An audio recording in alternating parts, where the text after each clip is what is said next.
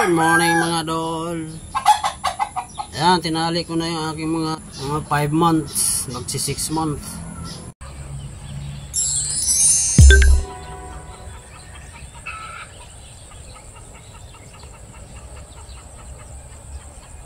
Ito yung mga bago. Medyo hindi kagaya nung unang yung mga nauna sa kanila. Malalaki. Ito ngayon medyo mababa, pero ang katawan okay pa naman kasi 5 months pa lang naman to, running 6 months. Ayan o, ano to sila, 4 na magkapatid, mga pula, nagmana sa nanay yung mga kulay. Ano pa lang to mga idol, magsi 6 months pa lang. Pangatlo, 4 to sila. Parang ano sila ngayon, medyo mababa yung tindig, pero yung mga katawan okay. Hindi pa nakakatikim ko ng mga kahit anong vitamins, kasi ang style ko rito, kinukuha ko yung gene na maganda yung katawan yung nanay tsaka yung tatay,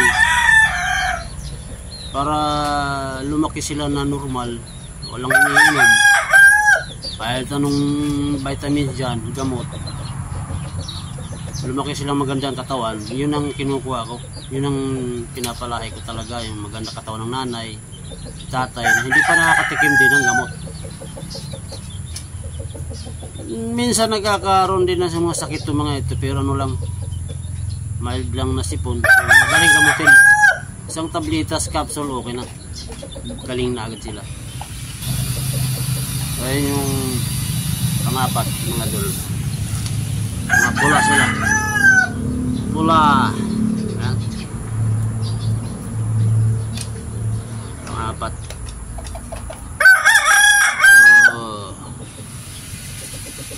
Medyo mababa talaga, hindi kagaya nung una na sobrang tangkad naman, pero okay na ito, okay na yung mga ganito, yung tangkad normal lang, mana sa nanay lahat yung tangkad nila, mas bata sa kanila. Sumunod, ito yung sumunod, 3 months pa lang yata ito, basta ito yung sumunod sa kanila. 3 to, tinali ko sila kasi para masanay na sila sa labas, ulan init.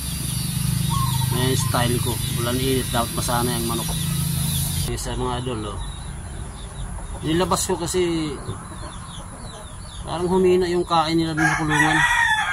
Hindi ko alam kung ano nangyayari mga ito, humina sila pag kainin mo, parang namimili ng pagkain, hukay mo na yung pagkain. Kaya nilabas ko na, mapalitan ng klase ng patuka, pero hindi muna mga kwan, ano lang muna yung pigs, may kahalong mais na giniling na maliliit para gumanda lalo yung katawan.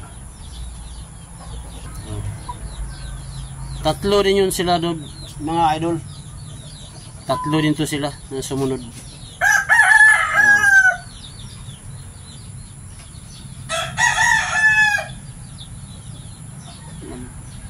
Sa 3 months na ito sobra. Ayan, 3 yan sila. Yung kanilang sinundan nila, 4 na lalaki, walang babae, yun lang nabuhay 4. Tapos ito sila, 3 babae kapatid nito yung kinulong ko. Mga ano to, yung nanay nito Maclean sweater, pero yung papali, yung tatay ano,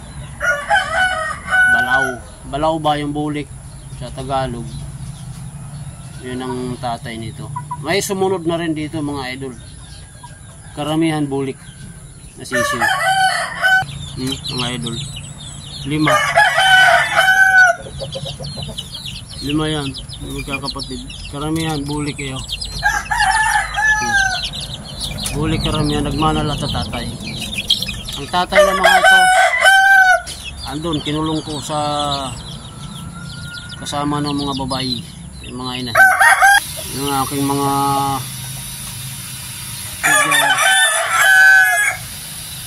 10 months, nandiyan pa rin, 4. Yung iba mga idol na ano na, dispat sana. Bininta ko lang ng mura kasi wala na ako paglagyan. Puno yung mga kulungan dito mga idol. Mga actually ano na ito, naka-reserve. Kukunin na lang daw dito. Mura lang ano ko dito mga idol. Swerte na lang kung maibinta ko ng 1,500 isa niyan. Mga kaibigan lang, mga 1,000 lang yan. Para lang may release. Mayroong pang ayuda dun sa sisi. Kasi pag hindi ko ni-release yan mga dol, eh, wala akong pansuporta patuka dyan sa mga sisi na nandyan. Itong mga ito, 3, 4, 5 months mula ngayon, marirelease din yan mga yan. Sa gusto lang naman mga idol, sa gusto lang.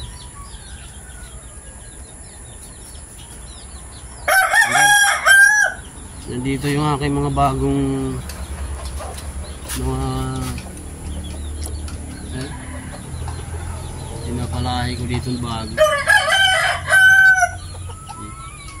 Andito yung tatay ng mga bulik ko. Ayun o. Ayan yung tatay. Ayun o. Bulik. Meron ako ditong gray. Ayan o.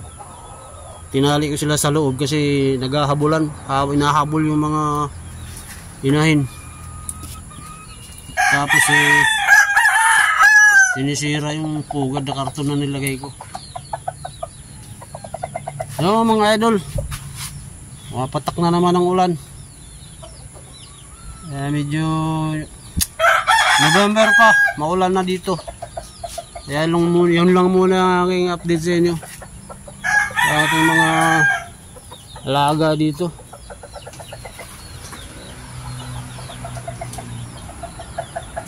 Ang mga gustong bumili ay punta kayo rito. Binibenta ko mga ito. Kasi dumadami na yung aking mga inahin mga idol. Dumadami na. Ayun lang mga idol, God bless. God bless sa inyong lahat.